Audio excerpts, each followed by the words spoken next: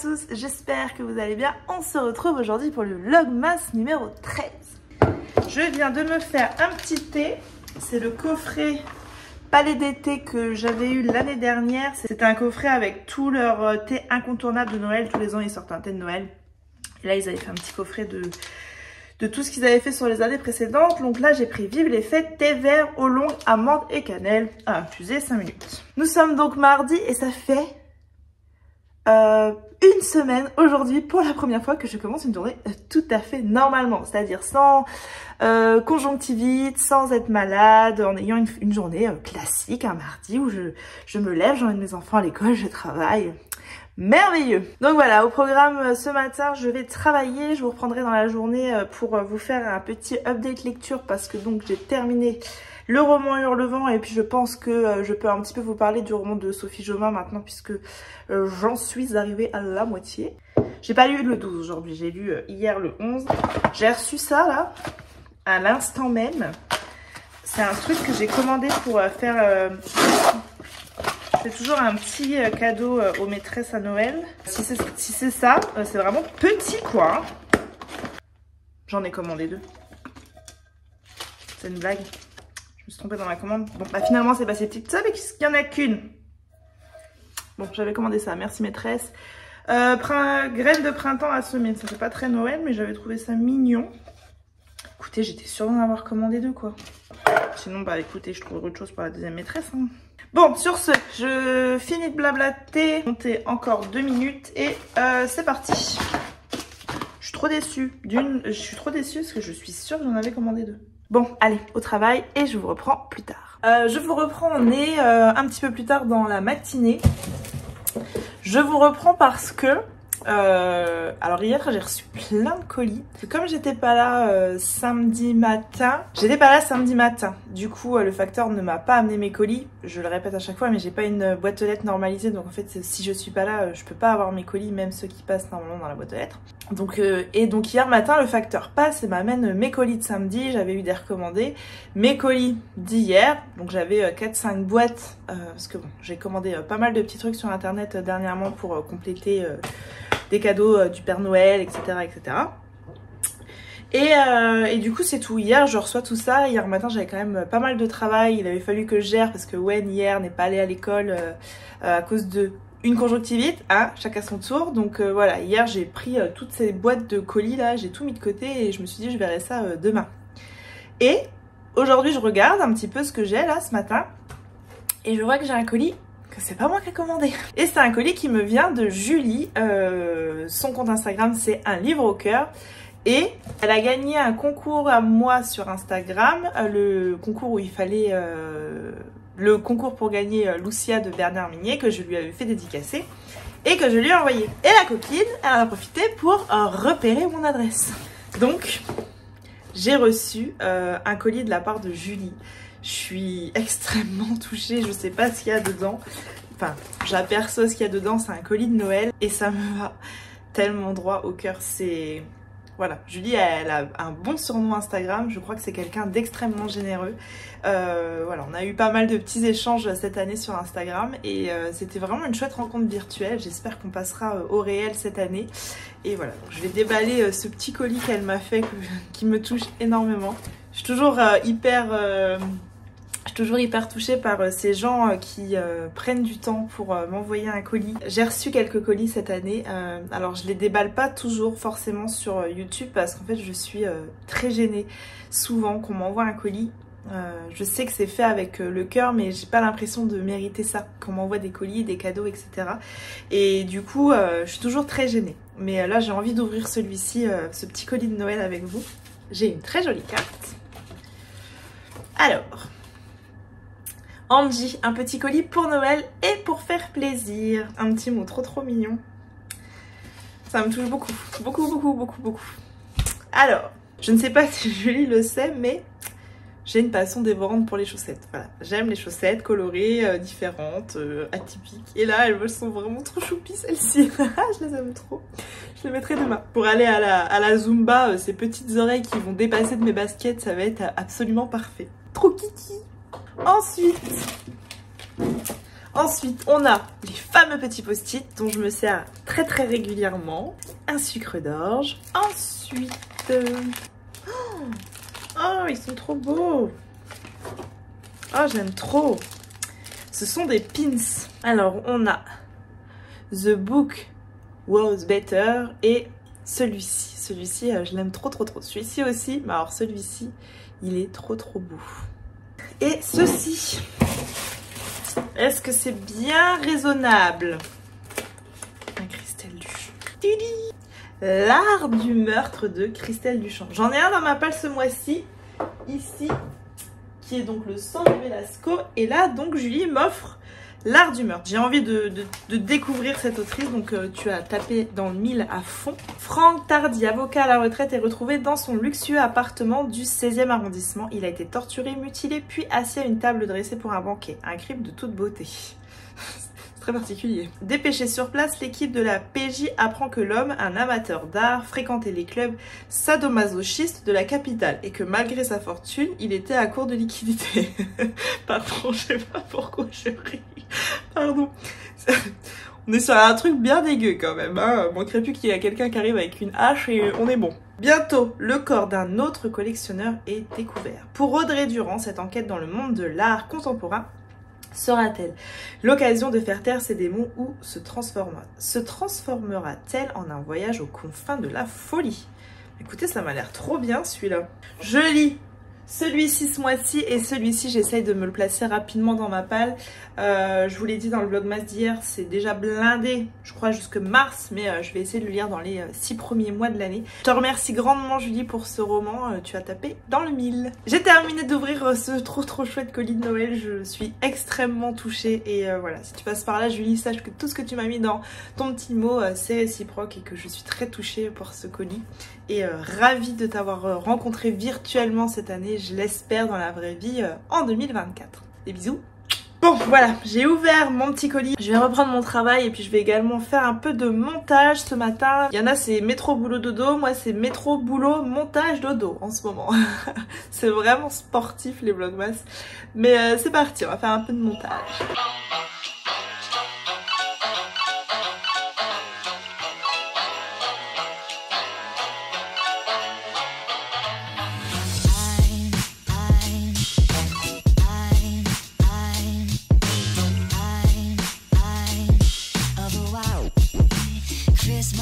Bon ça y est, j'ai fini le montage du vlogmas numéro 12 qui sort aujourd'hui. J'étais un petit peu ric-rac en termes de timing. Voilà, je vais manger et puis j'ai un rendez-vous à la banque. Le fameux rendez-vous de la banque la semaine dernière qui était très urgent. Il a quand même fallu attendre une semaine pour pouvoir le reporter, bref. Et après, je vais aller faire un petit tour en librairie parce que on organise avec les Voix Hurlevent à Secret Santa. Qu'il faut que j'achète le livre pour mon Secret Santa. Je ne peux pas dire qui c'est évidemment. Et voilà, j'aimerais aussi me trouver un livre en librairie. Un petit livre, promis, je ne fais pas de folie. J'ai droit.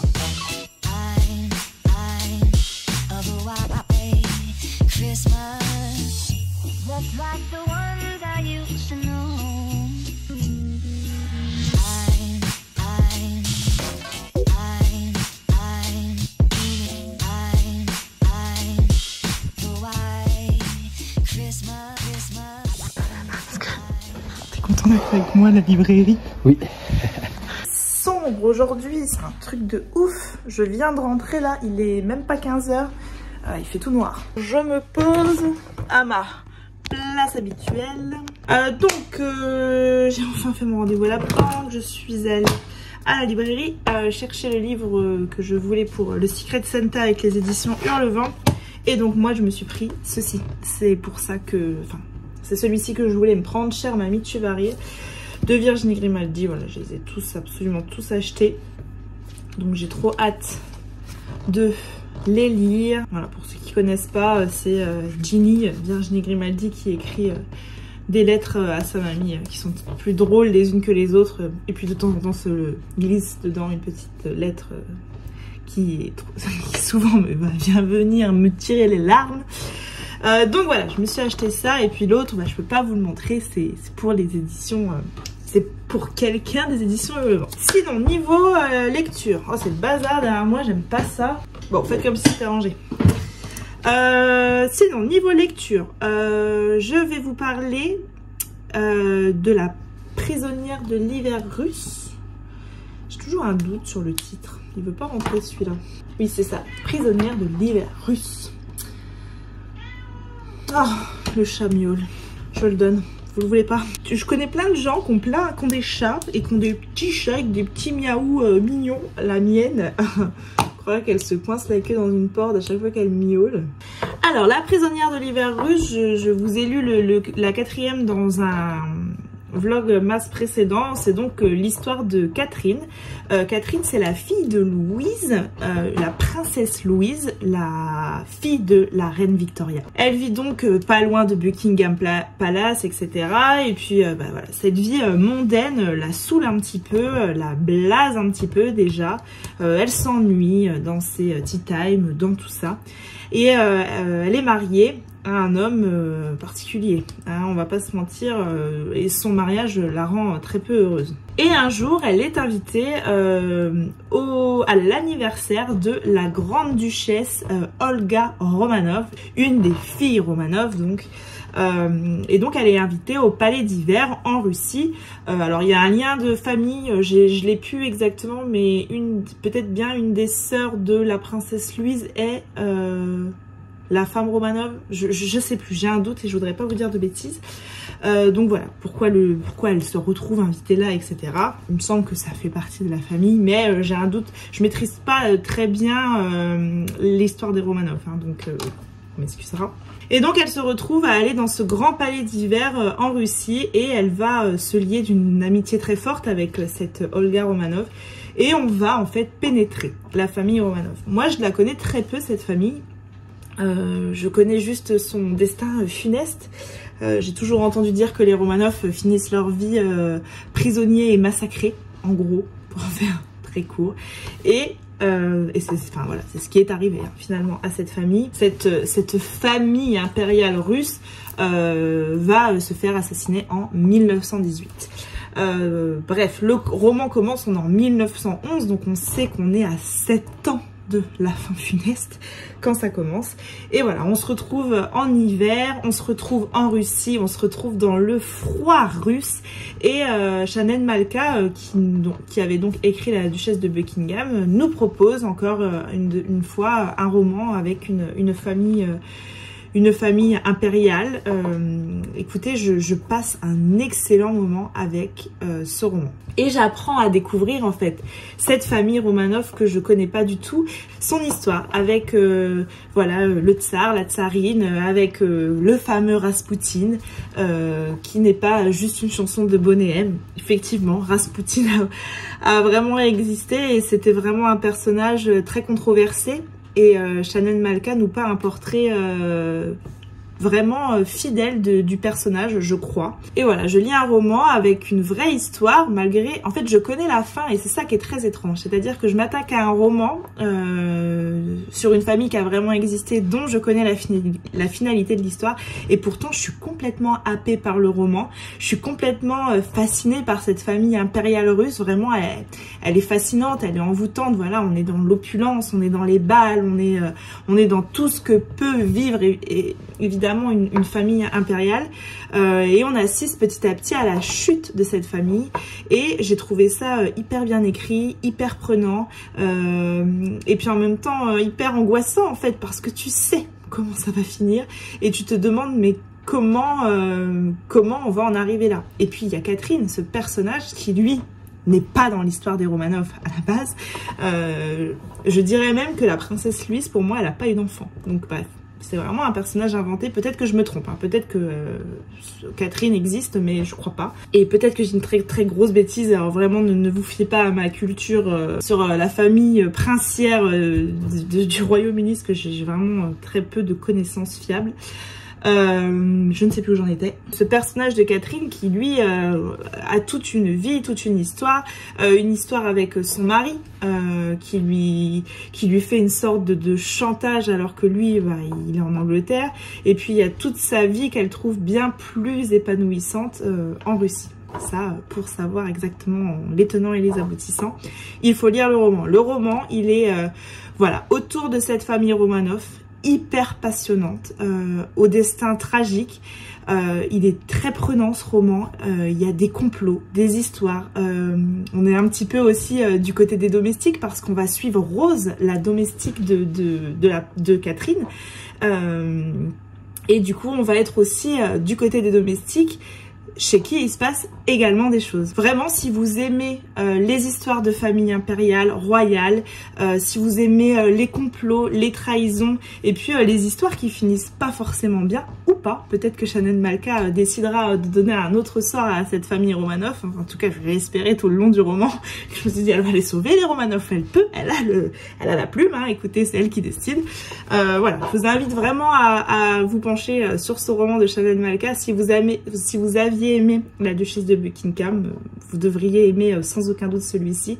Et puis si comme moi vous ne connaissez pas cette famille Romanov, la découvrir de cette façon-là, j'ai trouvé ça hyper chouette et beaucoup moins pompeux qu'un article ou qu'un cours d'histoire ou que sais-je, quelque chose de ce style. Un grand bravo Shannon Malka, et je souhaite vraiment une très longue vie à ce roman qui sortira, je vous mets la date ici parce que je ne me rappelle pas, aux éditions Hurlevent. Et puis sinon, je suis également à jour dans ma lecture du roman de Sophie Jomain. Là, je ne l'ai pas avec moi. J'en suis donc à peu près à la moitié, hein, puisque c'est un calendrier de l'Avent et qu'on ouvre chaque jour un chapitre. Et j'aime beaucoup cette histoire. J'aime beaucoup l'histoire de cette jeune fille qui a 18 ans et qui part en vacances chez son père à Morzine. Et en fait, elle a eu un grave accident. Elle est née avec un cœur défaillant et il y a quelques années, en arrière, 2 ans, peut-être 3 ans, elle s'est fait transplanter un nouveau cœur. Et donc voilà, elle vit une vie où elle prend énormément de précautions, où elle fait très attention, où elle s'empêche clairement de vivre parce qu'elle a très peur et qu'elle veut prendre soin au maximum de ce nouveau cœur et de cette nouvelle chance qui lui a été donnée. Et elle est très bridée par sa mère. Donc là elle est en vacances chez son père, mais il y a l'ombre de sa mère, on va dire entre guillemets, qui plane et qui lui dit attention, tu ne peux pas faire ci, tu ne peux pas aller faire du ski alors que tu adores ça, tu ne peux pas boire trop de café parce que ça va te mettre en tachycardie, enfin bref. Et puis à côté de ça, elle est chez son père en ce moment en vacances, et puis il y a son père qui lui dit écoute, peut-être qu'il serait temps que tu revives un petit peu. Elle rencontre un garçon qui est le frère de sa meilleure amie. Est-ce qu'on peut, quand on a 18 ans, sortir avec le frère de sa meilleure amie? Pour découvrir, je vous laisserai lire le roman. Voilà, j'en reparlerai quand je l'aurai terminé, le roman de Sophie Jomain, mais franchement j'aime bien, c'est une belle petite romance qui se passe avant Noël, on est en plein dedans. Vraiment ce chapitre par jour, je valide totalement le principe, même si sur les derniers jours j'étais un peu à la bourre.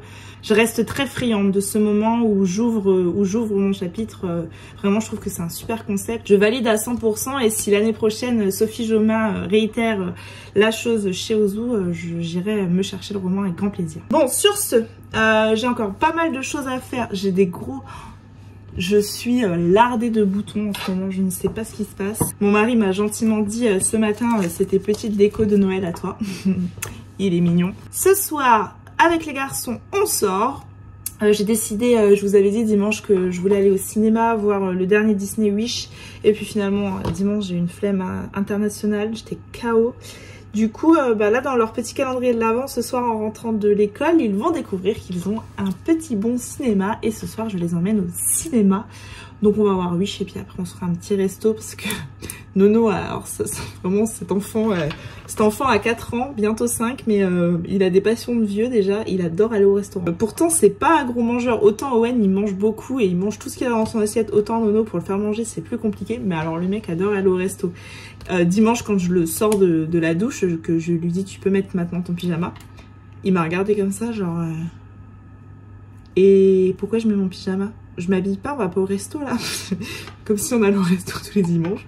Bref, on n'y va jamais en plus effectivement. Bah, je dis non. Enfin voilà, c'est dimanche soir, on va manger puis tu vas au dodo. Tu vas à l'école demain. Une déception. J'ai vu vraiment que le mec pensait vraiment dimanche soir on allait aller au resto. Donc voilà, ce sera la petite surprise en sortant du ciné. On ira manger au resto. Voilà, sur ce, je vais clôturer ce vlog ici. Comme d'habitude, j'espère qu'il vous aura plu. Et puis, bah écoutez, moi je vous reprends demain pour un nouveau vlogmas. Des bisous, bye!